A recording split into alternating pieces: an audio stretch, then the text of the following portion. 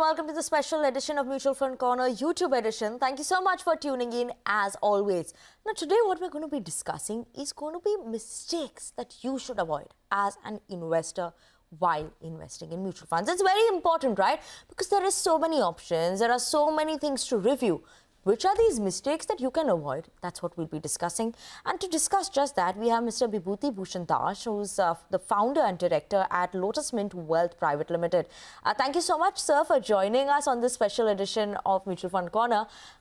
Let's start by talking about what are the most basic mistakes as an investor that you have seen that people make while investing in mutual funds, and that is something that they can avoid.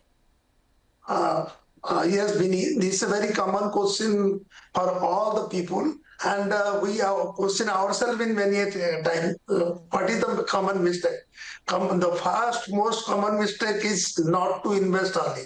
That is the most important mistake everybody does, because you do not invest early, then you lose the compounding impact. Then the most important other things, like you are not investing with a specific financial goals. Unless until you are having certain goals and these goals are associated with some kind of investment, then you do not able to get the right kind of investment strategy. Then sometimes most of the people are chasing certain performing funds, which is not good in the sense without understanding the risk of the fund you are chasing. Funds means you have to lose, or you may drag yourself into problem. Most of the people, they do not allocate their assets in the right way. It means what I wanted to say, somebody is more aligned to property, somebody is more aligned to equity, somebody is more aligned to fixed deposit type of things. It means you should have the balanced type of investment in different asset class. And very common, which most of the people do, when the market goes down, they come out from the investment without means waiting for certain period of the bad period which cracks the market. So that is also very wrong thing. And most of the people in my country, they do mix insurance with the investment. Insurance generally is a risk management tool, but most of the people, they do consider insurance as an investment. And last but not the least, not reviewing the portfolio very consistently. It means whenever you are investing something, reviewing your portfolio at least quarterly or half-yearly is required. So in my opinion, these are the major mistakes which common man does. If somebody can control these things, then the wealth creation will be in the right track. Absolutely. These are the mistakes that one could avoid. Sir, but there's one thing that I want to understand, right? Because normally for an investor who's just starting off, usually the understanding is that mutual fund is going to be tracking the underlying assets, right? Whether it's equity, debt, gold, a mix of all of this. But is that enough, or is there more that one should look into? Just look into the mutual fund, debt, equity, or might be gold, or might be REIT. These are the common baseline. But at the same time, when you are investing, you should know who is the fund manager, what is his strategy, what is his consistency, how old the fund is. And in most of the case, you have to also understand whether it is value-oriented fund or growth-oriented fund, or it is a passive or active fund. So these are the things you need to understand. And at the same time, you have to also understand what is the cost ratio, means what is the cost you are paying for the buying that particular mutual fund scheme.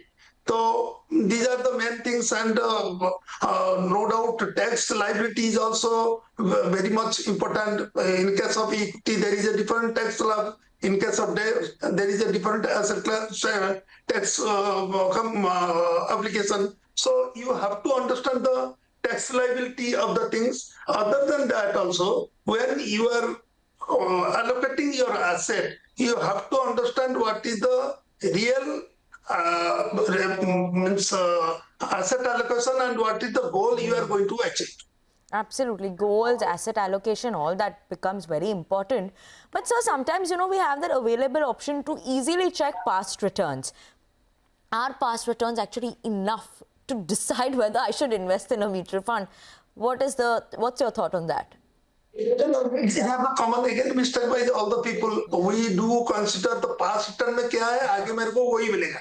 But that is not the case. You have to understand what is the fundamental of the scheme. In the sense, what is its Sharpe ratio, what is the standard deviation, what kind of a drawdown approach that scheme is having, what is the consistency this fund is having in different market cycle.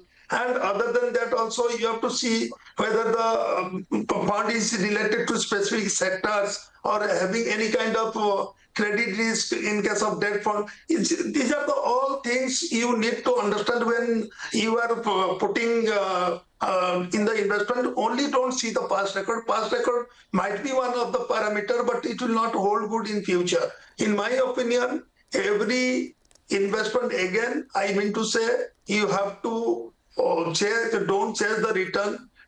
Please don't ignore the risk, and don't stop the SIPs when market fall, and stay goal focused and disciplined approach of investment. Absolutely. So you touched upon risk. That's my next question, because I want to understand what is the risk profile that one should see while investing. And, because different categories will have different risk profiles. How should one go about that to avoid any mistakes? Naturally, we have to divide the asset class into two categories. One is equity, another is non-equity.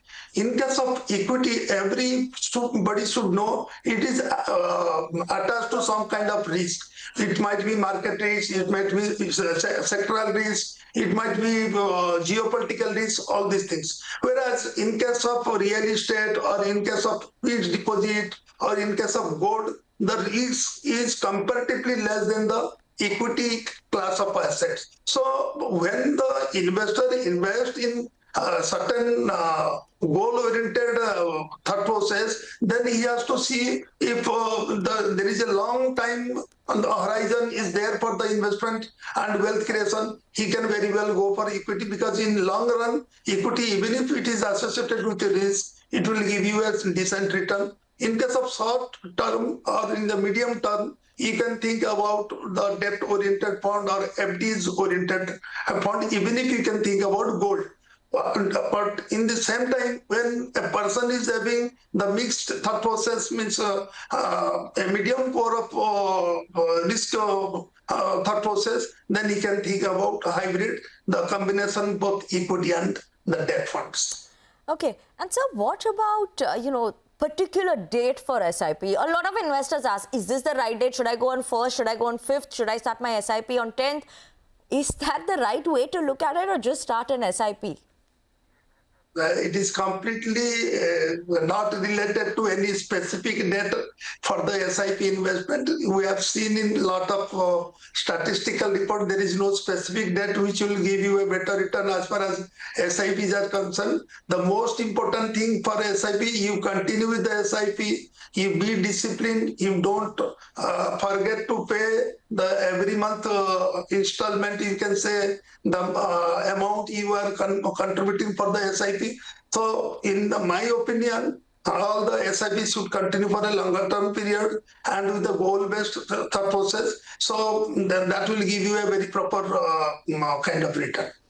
Absolutely, Mr. Bibhuti. But, thank you so much for joining us today, giving the viewers that insight of what they should avoid, how they can go about it, what are the myths while investing in mutual fund also, which actually become mistakes, is what one could look at avoiding. Thank you so much for joining us on MF Corner. Thank you.